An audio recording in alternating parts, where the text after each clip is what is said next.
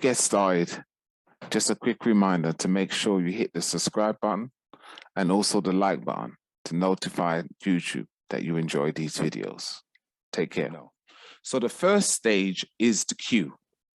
We always have a cue in order to start the habit loop, and that cue creates a trigger. And the trigger is because there is something that we want to receive. There is a reward that we want to receive. So if you're walking down the street and then you smell bread cooking in the bakery, that's the cue, which triggers you by that smell. And the reward is making you want to eat. And you may not even have been hungry at that time, but just the smell itself creates that trigger, and it predicts a reward that you want to get. After the cue comes the craving, which is your desire. And this is what we call the motivational force behind a habit.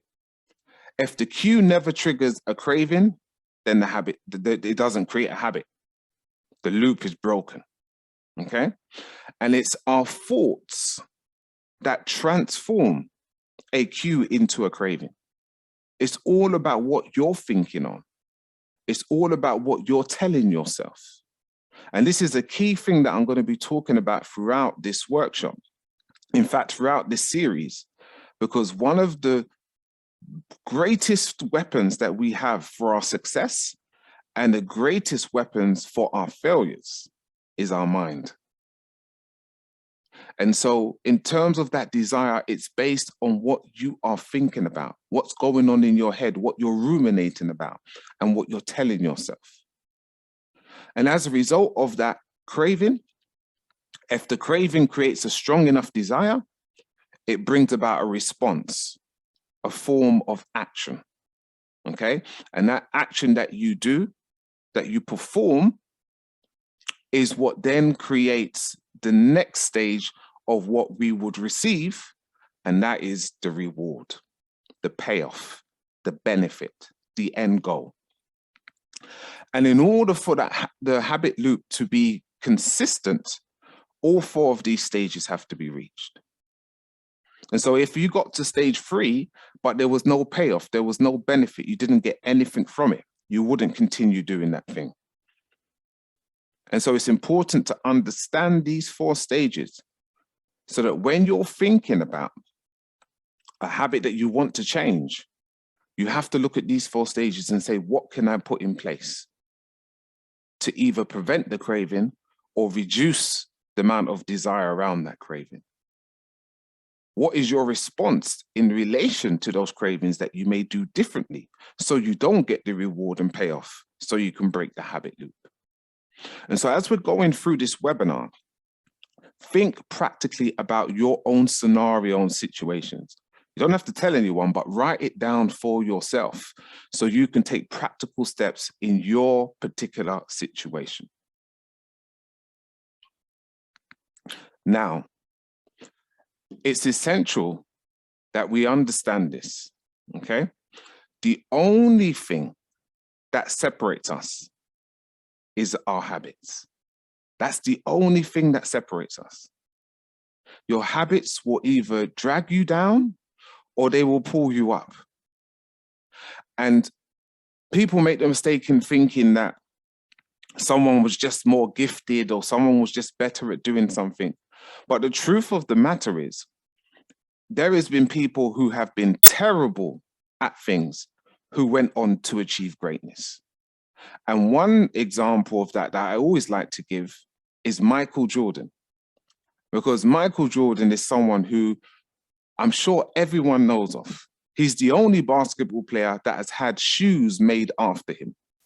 But most people do not know that in the beginning, Michael Jordan was rubbish at basketball. He could not even get picked for his team. And what Michael Jordan did was he said, although I don't have skill, I have will. And what I'm going to do is I'm going to practice and practice and practice and practice until he formed certain types of habits. And that was the key that got him to the Michael Jordan that everyone knows who got shoes made after him. Not because he was gifted, but because he created good habits. And so whatever it is for you, business, personal life, health and well-being, whatever it is, the only thing that's separating you from achieving your goals or not achieving your goals is your habits. And once we understand this, once we internalize this and choose to make the right decisions, your life will be a reflection of that fact. And so wherever you're at right now, if you're at the place you want to be, that's because of your good habits. And if you're in a place and position that you don't want to be, it is because of your bad habits. And that doesn't mean to say, you know, because some people have been dealt really difficult cards in life, but there's people who've gone from poverty or extreme trauma to be very successful. And the only thing what separated them was their habits. And so our habits are key for building a better future. It's essential. So victory must always start within. I think it's important that people understand that victory always starts within.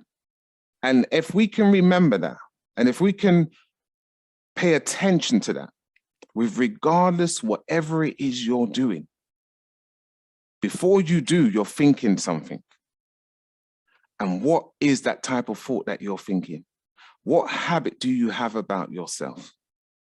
What habits are you entertaining about your capacity, your capability, your confidence? All of these things matter.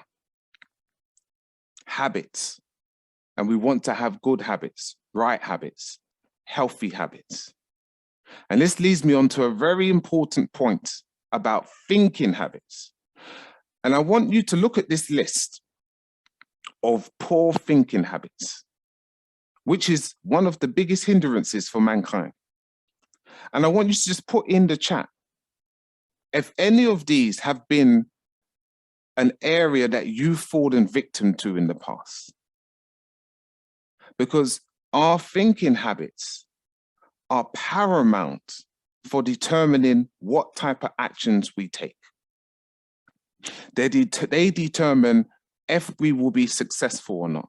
They determine if we're willing to take risks or not. And so it's important to be aware that what is the mindset that affects you? And it may not be all the time. It may just be once in a while. But I'm sure we all have fallen victim to at least one of these. I know I have. I've fallen victim to many of those, probably all of them at one point. But it's important for you to understand for yourself, what is it that's stopping you from getting to the next level?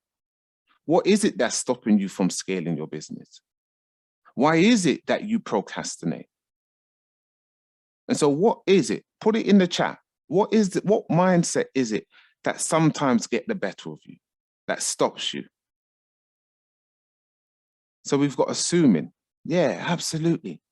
And we assume the worst case scenario with things. We assume that things are always going to go bad, that it's not going to work out, that people are not going to like it.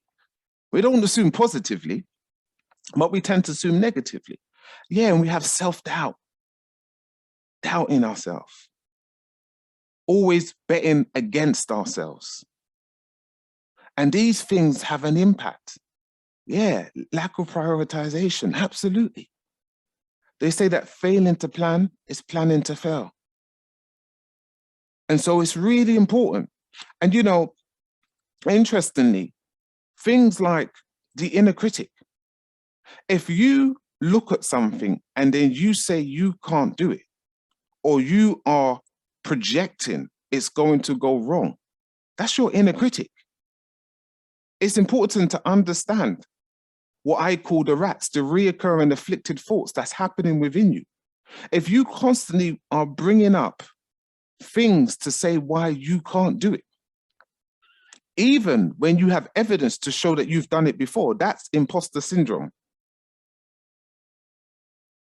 And then we have fear, false evidence appearing real. See, fear is a dark room that produces many negatives. So we have to be aware of our thinking and how that can influence us, because the average human being experiences 60 to 70,000 thoughts a day. 90% of those thoughts are rumination, meaning going over the same thing. And social scientists have proven that for many people, 70% of those thoughts are negative. So we have to be aware of these mind traps that we operate out of. And there's no point of trying to put our head in the sand and say, oh, none of this stuff bothers me, because your results is the proof of that. If you're achieving everything you want to do, if you're excelling in every area, then you can boldly say none of this stuff affects you. But if you're not where you want to be, and if you find that you keep stopping yourself and you keep procrastinating, you have to be aware of what is the cause of it. We continually repeat what we do not fix and address. And so it's important.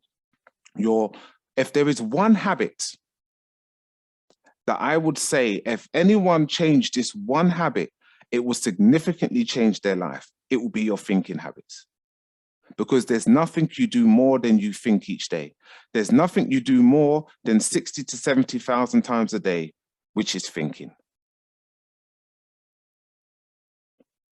So we have to be aware of this. And we have to upgrade your thinking, because it's fundamental in enabling you to think more, to be more, and to do more in your life. And we can all look back at a situation in our lives where we didn't believe ourselves. We didn't believe in ourselves. We didn't think we could do something, which we can now do. And what was the difference? Mindset change. We started to believe in ourselves. We started to trust the process. We started to say, it is possible. And with whatever it is you're facing today, we need to do that same thing.